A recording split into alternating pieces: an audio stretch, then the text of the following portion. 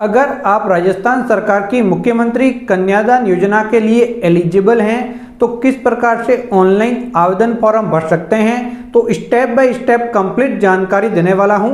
आवेदन के दौरान क्या क्या डॉक्यूमेंट की जरूरत पड़ेगी, किन नियम का ध्यान रखते हुए आपको फॉर्म भरना है, कहां पे कौन सी जानकारी भरनी है, तो इस प्रकार की कंप्लीट जानकारी इस वीडियो के अंदर आपको मिलने वाली है। तो आपको ये वीडियो पूरा जरूर देखना चाहिए। अगर बात की जाए कि मुख्यमंत्री कन्यादान योजना क्या है, तो मैं आपको बता देता हूं कि इस योजना को पहले सहयोग योजना, उसके बाद हथलेवा योजना और अब इसे मुख्यमंत्री कन्यादान योजना के नाम से जाना जाता है। बहुत बार लोग कंफ्यूज हो जाते हैं कि तीनों ही योजना अलग अलग हैं, तो मैं आपको बता देता हूं कि तीनों ही योजना एक ही योजना है। तो आइए दोस्तों, चलते हैं कंप्यूटर स्क्रीन पे और जानते हैं आवेदन का तरीका।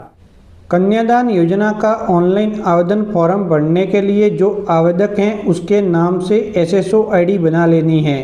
उसके बाद SSO ID और पासवर्ड व कैप्चा डाल के आपको लॉगिन हो जाना है। SSO ID बनाने का वीडियो ऑलरेडी बना हुआ है, इसी वीडियो के नीचे लिंक आपको मिल जाएगा। उसके बाद यहाँ पे ये वाला ऑप्शन दिखाई देगा, इसके ऊपर क्लिक करना है। उसके बाद मुख्यमंत्री कन्यादान योजना वाले ऑप्शन पे आपको क्लिक करना है।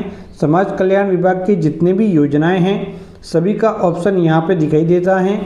तो आपको यहाँ पे मुख्यमंत्री कन्यादान योजना का ऑप्शन यहाँ पे ये वाला दिखाई देगा। तो इस वाले ऑप्शन पे जस्ट क्लिक करके फॉर्म भरना है। तो आप जस्ट यहाँ पे क्लिक करेंगे। उसके बाद अगर पहले से इस पोर्टल पे पंजीयन कर चुके हैं तो यहाँ से लॉगिन करेंगे। पहली बार आए हैं तो न्यू यूजर पे आपको क्लिक करना है। न्यू यूजर पे क्लिक करने के बाद आपको अपने जन आधार कार्ड संख्या यहाँ पे डाल के पेज पे क्लिक करना है। तो यहाँ पे जन आधार कार्ड संख्या आप दर्ज करेंगे। तो जन आधार कार्ड संख्या दर्ज करने के बाद जैसे ही पेज डिटेल पे क्लिक करेंगे तो यहाँ पे परिवार के सभी सदस्य आ जाएंगे। तो जो भी आवेदक हैं जैसे कि लड़की की माता हो गए, पिता हो गए, तो उनको आपको यहाँ पे सिलेक्ट करना है। यहाँ पे देख सकते हैं, तो मैंने यहाँ पे पिता को सिलेक्ट किया है, पिता ही आवेदक हैं। तो मैं यहाँ पे सिलेक्ट करके ओके पे क्लिक करूँगा। ओके पे क्लिक करने के बाद जिस सदस्य को मैंने सिलेक्ट किया है उसकी प्रोफाइल के साथ जो मोबाइल फ़ोन नंबर लिंक होंगे उसके ऊपर एक OTP नंबर भेज दिए जाएंगे। उन OTP नंबर को यहाँ पे दर्ज करके सबमिट पे जस्ट आपको क्लिक करना है। जैसे ही सबमिट पे क्लिक करेंगे इस प्रकार से डिटेल ऑटोमेटिक आ जाएगी, आधार कार्ड नंबर वगैरह ये जो सभी जानकारी आ जाएगी। यहाँ पे मोबाइल फ़ोन नंबर, अगर कोई कमी है तो इसको जन आधार कार्ड के अंदर आपको अपडेट करना होगा। उसके बाद आपको एक एक्टिव ईमेल ID यहाँ पे दर्ज कर लेनी है जो कि सबसे ज़्यादा ज़रूरी है। तो ये जो ईमेल ID आप दर्ज करेंगे ये आवेदक की ही करनी है, किसी अन्य सदस्य की आपको यहाँ पे नहीं करनी है। मोबाइल फ़ोन नंबर भी आवेदक के ही दर्ज करने हैं। तो ये जानकारी दर्ज करने के बाद स्थायी पता क्या है, तो यहाँ पे तहसील ले लेनी है। फिर तहसील लेने के बाद यहाँ पे दोस्तों देख सकते हैं टाउन है, विलेज है, तो वो भी आपको यहाँ पे ले लेना है। तो यहाँ पे मैं विलेज सेलेक्ट कर लेता हूँ। विलेज सेलेक्ट करने के बाद पोस्ट कौन सी है, तो गांव बिल्कुल सही लेना है। ये स्थायी पता होता है जो कि अभी आप दर्ज कर रहे हैं। उसके बाद प्रोफाइल अपडेट करेंगे तो और भी जानकारी एड्रेस के अंदर मांगी जाएंगी। तो यानी गाँव ले लिया, यहाँ पर पोस्ट ऑफिस आपको लिखना है। और उसके बाद are hereby confirm that information submit is, तो यहाँ पे क्लिक करके सबमिट रजिस्ट्रेशन फॉर्म पे क्लिक करना है। इस प्रकार से फॉर्म सबमिट हो जाएगा। अब जो क्लिक हेयर वाला ऑप्शन है यहाँ पे क्लिक करेंगे तो प्रोफाइल फिर से ओपन हो जाएगी। फिर से यहाँ पे क्लिक करके जन आधार कार्ड से वेरीफाई कर लेना है। यहाँ पे क्लिक करेंगे तो एक OTP नंबर भेज दिए जाएंगे। उन OTP नंबर को जस्ट यहाँ पे दर्ज करना है। OTP नंबर दर्ज करने के बाद सबमिट पे जस्ट आपको क्लिक करना होगा। जैसे सबमिट पे क्लिक करेंगे तो जन आधार कार्ड के अंदर कोई जानकारी अपडेट की गई है तो वो ऑटोमेटिक अपडेट हो जाएगी। उसके बाद ईमेल ID डालनी है सबसे ऊपर। ईमेल ID डालने के बाद ये पर्सनल जानकारी है जिसके अंदर आपको धर्म लेना है। उसके बाद यहाँ पे दोस्तों सब कुछ आ जाएगी। आपको कास्ट लेनी है, यानी कि जाति क्या है वह बिल्कुल यहाँ पे सही सेलेक्ट करनी है। जाति के अंदर कोई कमी आपको नहीं रखनी है। उसके बाद यहाँ पे ये पूरी की पूरी जानकारी आ जाएगी। ओनली आप वेरीफाई कर लेंगे, पूरी की पूरी जन आधार कार्ड से ऑटोमेटिक आ जाती हैं। कमी है तो जन आधार कार्ड के अंदर अपडेट होगी, यहाँ से आप अपडेट नहीं कर सकते। ये कंप्लीट करने के बाद आपको जाति का प्रमाण यानी कि जाति प्रमाण पत्र भी ऑटोमेटिक जन आधार कार्ड से आ जाएगा। जारी करने वाले का नाम, उसके बाद तहसील, जाति प्रमाण पत्र संख्या वगैरह आ जाएंगी। ये सब कुछ जानकारी ऑटोमेटिक जन आधार कार्ड से आ जाती है। मूल निवास किसने जारी किया है वो आपको यहाँ पे लिख लेना है, और उसके बाद कौन सी तहसील से जारी हुआ है। तो ये ऑटोमेटिक जन आधार कार्ड के अंदर लिंक होते हैं, तो ऑटोमेटिक डिटेल फेस हो जाती हैं। उसके बाद यहाँ पे आपका ब्लॉक वगैरह आ चुका है, तो आपकी ग्राम पंचायत कौन सी लगती हैं वह आपको जस्ट यहाँ पे सिलेक्ट करना है। उसके बाद आपका स्थायी पता शुरुआत के अंदर आपने जो भरा था वहाँ से आ जाएगा। जो जानकारी नहीं आती उसको सिलेक्ट करना है, जैसे कि तहसील हो गया, ये सब कुछ आ जाएगी। एमपी क्षेत्र, एमएलए क्षेत्र कौन सा लगता है ये आप सिलेक्ट करेंगे, ये एमपी कर लिया मैंने। उसके बाद एमएलए क्षेत्र कौन सा लगता है वह आप जस्ट यहाँ पे सिलेक्ट कर लेंगे। उसके बाद आपके एमपी व एमएलए का नाम सिलेक्ट कर लेंगे यहाँ पे। उसके बाद आपका स्थायी पता और वर्तमान पता एक ही समान है तो यहाँ पे कॉपी कर लेंगे, ऑटोमेटिक कॉपी हो जाएगा। अलग है तो अलग से आपको फिलअप करना होगा। यह जानकारी कंप्लीट होने के बाद यहाँ पे एड्रेस आ चुका है, बैंक विवरण भी आ जाएगा जन आधार कार्ड के अंदर। गलत है तो जन आधार कार्ड के अंदर आपको अपडेट करना होगा। उसके बाद आपको जस्ट अपडेट प्रोफाइल वाले ऑप्शन पे क्लिक करना है और आपकी प्रोफाइल अपडेट हो जाएगी। फिर लिस्ट ऑफ स्कीम पे क्लिक करके अप्लाई पे आपको क्लिक करना है। अप्लाई पे क्लिक करने के बाद आवेदक का पासपोर्ट साइज फोटो सूज फाइल पे क्लिक करके 200 KB से कम साइज के अंदर अपलोड कर लेना है। तो जैसे ही अपलोड पे क्लिक करेंगे अपलोड हो जाएगा। ये है पर्सनल जानकारी आवेदक की, आप ओनली जांच कर लेंगे। तो यहाँ पे पूरी की पूरी जानकारी जो आपने भरी थी वहाँ से आ जाएगी और आपको जांच करके सेव एंड नेक्स्ट पे क्लिक करना है। अगले वाले भाग के अंदर जितने भी परिवार के अंदर सदस्य हैं उनकी जानकारी ऐड करना है। तो यहाँ पे देख सकते हैं ऐड करने के लिए नाम, डीओबी, रिलेशन और क्वालिफिकेशन, यानी कि ये 4 जानकारी प्रत्येक सदस्य की यहाँ पे दर्ज करनी है। तो जैसे ही आप ऐड पे क्लिक करेंगे तो ये ऑप्शन एक्टिवेट हो जाएगा। तो यहाँ पे क्लिक करना है, ये एक्टिवेट हो चुका है। तो सबसे पहले मैं लड़की का ही नाम लिख लेता हूँ जिसका मैं आवेदन कर रहा हूँ। उसके बाद उसकी जन्म दिनांक क्या है वह जस्ट मैं यहाँ पे जन्म दिनांक सेलेक्ट कर लूँगा। तो यहाँ पे जन्म दिनांक लेनी है और उसके बाद रिलेशनशिप विद एप्लीकेंट, यानी आवेदक से क्या रिश्ता है। तो मैं यहाँ पे इसका पिता आवेदक है तो इसको डॉटर कर लूँगा। उसके बाद इसका क्वालिफिकेशन ऐड करके सेव पे क्लिक करूँगा। तो यहाँ पे परिवार के सभी सदस्यों की जानकारी ऐड करनी है, जो आवेदक है उसकी भी ऐड करनी है। तो ये डॉटर की कर ली है। इसी प्रकार से मैं अन्य सदस्य की भी कर लेता हूँ। तो सबसे पहले मैं यहाँ पे उसकी मदर्स की कर लेता हूँ, फिर फादर्स की कर लेता हूँ। परिवार के अन्य सदस्य हैं तो उनको भी कर लूँगा। तो मैं यहाँ पे कुल 3 सदस्य हैं इस परिवार के अंदर, तो उन तीनों की जानकारी मैं यहाँ पे ऐड कर लूँगा। जैसे ही आप ऐड पे क्लिक करेंगे तो ये ऑप्शन एक्टिवेट होता रहेगा और उसके बाद ही आपको ऐड करना। डायरेक्टली ऐड यहाँ पे परिवार के सदस्य नहीं होंगे। तो मैं यहाँ पे सभी सदस्य ऐड कर चुका हूँ, भी आप देख सकते हैं। तो सबसे पहले सेल्फ हैं, फिर उसकी पत्नी है, फिर उसकी पुत्री हैं। तो 3 सदस्य थे, तीनों ऐड कर लिए। और सदस्य तो और सदस्य ऐड आप कर सकते हैं। सभी ऐड होने के बाद सेव एंड नेक्स्ट पे क्लिक करना है। तो यहाँ पे दोस्तों गलत ऐड होते हैं तो डिलीट व एडिट भी आप कर सकते हैं जानकारी के अंदर। तो यहाँ पे सेव एंड नेक्स्ट पे जैसे क्लिक करेंगे तो इस वाले भाग के अंदर आप कौन सी कैटेगरी से आवेदन कर रहे हैं। तो मैं जो आवेदन कर रहा हूँ वो अंत्योदय कार्ड है तो अंत्योदय ले लूँगा। उसके बाद यहाँ पे जन आधार कार्ड संख्या परिवार के दर्ज करने हैं। तो यहाँ पे जन आधार कार्ड संख्या दर्ज करने के बाद पेस्ट डिटेल पे क्लिक करेंगे और यहाँ पे कौन सी लड़की की शादी हुई है या फिर होने वाली है उस लड़की को सिलेक्ट करके सेंड OTP पे क्लिक करेंगे। OTP नंबर भेज दिए जाएंगे। OTP नंबर यहाँ पे दर्ज करके वैलिडेट OTP वाले ऑप्शन पे जस्ट आपको क्लिक करना होगा। जैसे यहाँ पे क्लिक करेंगे लड़की की डिटेल ओपन हो जाएगी। तो उस लड़की का नाम आ जाएगा, डेट ऑफ बर्थ आ जाएगी, क्वालिफिकेशन कहाँ तक पढ़ाई कर रखी है तो 10वीं से ऊपर हैं या फिर नीचे हैं या फिर ग्रेजुएट हैं। 3 ऑप्शन ही मिलते हैं लड़की के मामलों में। अमाउंट ऑटोमेटिक आगे आ जाएगा।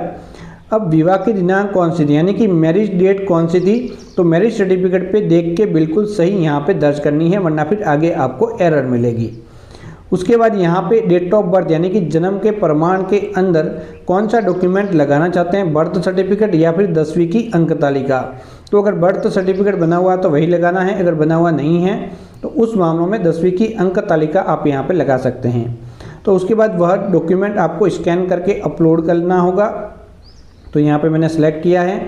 अब मैं इसको अपलोड कर लूँगा। एक बार जांच कर लेता हूँ कि लड़की की जानकारी के अंदर कोई कमी तो नहीं है।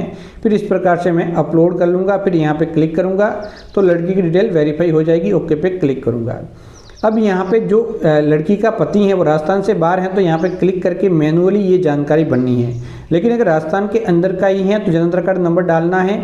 फिर यहाँ पे सेलेक्ट करना है लड़के को और उसके बाद इसके OTP नंबर भेज दिए जाएंगे लड़के के मोबाइल पे और वो डाल के वेरीफाई करना है और इस प्रकार से लड़के की जानकारी भी आ जाएगी।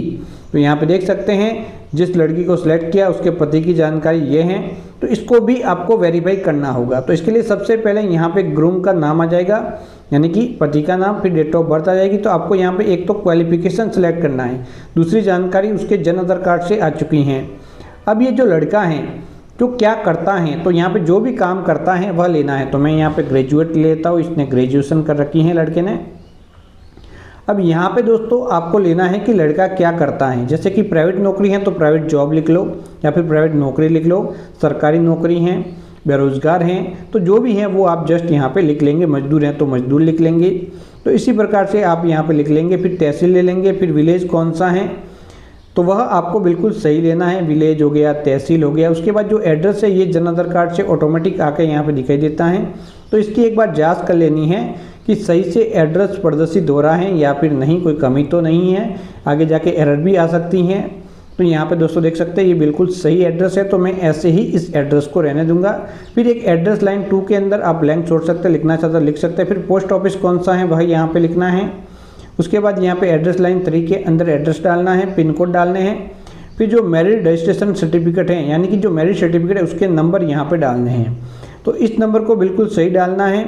कई बार ये नंबर डालने के बाद जैसे ही वेरीफाई पे क्लिक करते हैं तो यहाँ पे एरर मिलती है। उसका कारण है कि यहाँ पे जो पहचान करके पोर्टल है जहाँ से ये मैरिज सर्टिफिकेट वेरीफाई होता है उसके अंदर कोई भी कमी है या फिर सर्वर डाउन है। तो यहाँ पे मैंने नंबर डाल दिए, ईयर डाल दिया। अब मैं वेरीफाई पे क्लिक करूँगा, अगर पोर्टल बिल्कुल सही काम कर रहा है तो उस मामलों में वेरीफाई होकर इस प्रकार से जानकारी आ जाएगी। अभी आप स्क्रीन पे देख सकते हैं, तो इसके अंदर marriage certificate has been verified लिखा हुआ आ रहा है ग्रीन कलर में, अभी आप स्क्रीन पे देख सकते हैं, और मैरिज की डेट भी ऑटोमेटिक आ चुकी है। अब यहाँ पे डॉटर यानी कि लड़की का फोटो यहाँ पे आपको लगाना है। उसके बाद यहाँ पे ग्रूम्स फोटो यानी कि पति का फोटो लड़की के। उसके बाद दोस्तों देख सकते हैं मैरिज रजिस्ट्रेशन सर्टिफिकेट यानी कि मैरिज सर्टिफिकेट यहाँ पे अपलोड करना है। उसके बाद उसके पति का यहाँ पे बर्थ सर्टिफिकेट यानी कि लड़के का बर्थ सर्टिफिकेट यहाँ पे अपलोड करना है। यहाँ पे 10वीं की अंक तालिका या फिर बर्थ सर्टिफिकेट दोनों में से कोई भी आप अपलोड कर सकते हैं। उसके बाद दोस्तों ये अपलोड करने के बाद जो कि यहाँ पे सर्टिफिकेट हैं ये बिल्कुल सही होना चाहिए, इसके अंदर जन्म दिनांक सही होनी चाहिए, वही आपको अपलोड करना है। फिर यहाँ पे लड़की का qualification highest qualification certificate upload करना है। ये सभी जानकारी बनने के बाद, सभी डॉक्यूमेंट अपलोड करने के बाद सेव पे क्लिक करना है, तो इस जोड़े की जानकारी ऐड हो जाएगी। तो ऊपर वापस आपको एक बार बर्थ सर्टिफिकेट भी लड़की का अपलोड कर लेना। तो उसके बाद जैसे ही यहाँ पे क्लिक करेंगे एक OTP नंबर फॉरवर्ड कर दिए जाएंगे, उन OTP के जरिए आधार प्रमाणीकरण कर लेना है। आधार प्रमाणीकरण करने के बाद फिर से इस लड़की की जानकारी ऐड होकर यहाँ पे प्रदर्शित होगी। तो यहाँ पे दोस्तों देख सकते हैं मैंने डाल दिया है, प्रमाणीकरण करे पे क्लिक करूँगा और इस प्रकार से आ जाएगी। अब इस परिवार के अंदर और भी लड़की है, उसकी शादी हुई है, तो जस्ट नीचे वापस आधार कार्ड नंबर डाल के उसके दोनों पति पत्नी की जानकारी इसी प्रकार से ऐड करेंगे, तो ऊपर ऐड होकर यहाँ पे दिखाई देंगे। तो इस एक ही जोड़ा है मेरे इस मामलों में जिसका मैं आवेदन कर रहा हूँ, एक ही लड़की की शादी हुई है, तो एक ही लड़की की जानकारी मैं यहाँ पे ऐड कर चुका हूँ। कितने पैसे मिलेंगे बेनिफिट वो भी उसके क्वालिफिकेशन के अकॉर्डिंग और कैटेगरी के अकॉर्डिंग ऑटोमेटिक आ जाते हैं। तो इसके अंदर कोई कमी है तो एडिट कर सकते हैं, गलत ऐड हो गया तो डिलीट कर सकते हैं, और व्यू का ऑप्शन है वहाँ से व्यू कर सकते हैं। उसके बाद सब कुछ जानकारी सही होने की दशा में अंत में सबमिट पे क्लिक करके ओके पे क्लिक करना है। अब अंतिम वाले भाग के अंदर आप पहुँच चुके हैं। इसके अंदर सबसे पहले यहाँ पे अलग अलग कैटेगरी के अनुसार अलग अलग डॉक्यूमेंट की मांग की जा सकती हैं। तो मेरे इस मामलों में अंत्योदय कार्ड मांग की जा रही हैं, तो मैं अंत्योदय कार्ड के नंबर डाल दूंगा। तो पूरे राशन कार्ड नंबर यहाँ पे नहीं आते, तो अंतिम वाली आपको डिजिट डाल देनी है। तो मैं यहाँ पे अंतिम कुछ एक जो भी डिजिट है वो मैं यहाँ पे डाल देता हूँ। उसके बाद मैं यहाँ पे राशन कार्ड यहाँ पे अपलोड कर लूँगा, अपलोड पे क्लिक करके, और ये अपलोड हो जाएगा। उसके बाद एक एफिडेविट बनाना है और उसे अपलोड करना है। एफिडेविट का जो नया वाला फॉर्मेट है उसी के अंदर बना के अपलोड करना है। फॉर्मेट की ज़रूरत है तो मेरे पास आपको मिल जाएगा। तो ये एफिडेविट है, income automatic Jan Aadhaar card से वेरीफाई हो जाती हैं। तो एफिडेविट बना के आपको यहाँ पे अपलोड कर लेना है नए वाले फॉर्मेट के अंदर। फिर से मैं आपको कह रहा हूँ, तो ये मेरे पास अवेलेबल है, मेरे पास से आप ये एफिडेविट ले सकते हैं। तो यहाँ पे मैं इसको अपलोड कर लेता हूँ। कई बार अपलोड नहीं होता तो 1-2 बार ट्राई करो, हो जाएगा। 200 KB से कम साइज आपको सभी डॉक्यूमेंट की रखनी है। उसके बाद यहाँ पे क्लिक करके सबमिट पे क्लिक करना है, और सबमिट पे क्लिक करते ही आपका आवेदन सबमिट हो जाएगा। और इस प्रकार से ऑप्शन आएगा। तो एक बार फिर से आपको OTP के जरिए वेरिफिकेशन कंप्लीट करना है, आधार प्रमाणीकरण कहते हैं, और उसके बाद आपका आवेदन सबमिट हो जाता है। तो मैं यहाँ पे आधार प्रमाणीकरण वाले ऑप्शन पे क्लिक करके OTP भेज चुका हूँ। अब मैं यहाँ पे OTP नंबर डाल के प्रमाणीकरण करे पे क्लिक करूँगा, मेरा आवेदन सबमिट हो जाएगा और मुझे इस प्रकार से आवेदन क्रमांक स्क्रीन पे प्रदर्शित होने लग जाएंगी। अब इसकी प्रिंट आउट निकालने के लिए सबसे पहले आपको होम पे क्लिक करना है और वहीं पे इसका स्टेटस बताएगा और वहीं से इसकी प्रिंट आउट निकलेगी। तो यहाँ पे क्लिक करेंगे तो इस प्रकार से यहाँ पे स्टेटस बताएगा। तो अभी दोस्तों देख सकते हैं मुख्यमंत्री कन्यादान योजना, ये मैंने कब आवेदन किया है, सबमिटेड एप्लीकेशन फॉर्म है और यहाँ पे क्लिक करके इसकी प्रिंट आउट निकाल सकते हैं। और जो सबमिटेड एप्लीकेशन फॉर्म है यहीं पे इसका आगे जाके स्टेटस बताएगा। तो यहाँ प्रिंट पे क्लिक नहीं करना है, यहाँ से प्रिंट नहीं निकलेगी, कंट्रोल P प्रेस करके इसकी प्रिंट आउट निकाल लेनी है। तो इस प्रकार से राजस्थान सरकार की मुख्यमंत्री कन्यादान योजना, जिसे कि सहयोग योजना, इसके अलावा हथलेवा योजना भी कहते हैं, तो इसके अंदर आप ऑनलाइन आवेदन कर सकते हैं। यह तरीका था ऑनलाइन आवेदन करने का। आवेदन के बाद आपका आवेदन संबंधित समाज कल्याण विभाग के अंदर पहुंच जाएगा, वहां से वेरिफिकेशन होगा और उसके बाद पैसे आपके बैंक खाते में आ जाएंगे। अगर ऑब्जेक्शन आता है तो वापस आपको ऑब्जेक्शन रिमूव करना होगा इसी पोर्टल के माध्यम से। तो आप कंप्लीट डिटेल में समझ चुके होंगे। अगर आपको ये जानकारी अच्छी लगी हो तो चैनल को सब्सक्राइब करके ऑल नोटिफिकेशन ऑन करना बिल्कुल आपको नहीं भूलना है। तो बाय बाय दोस्तों।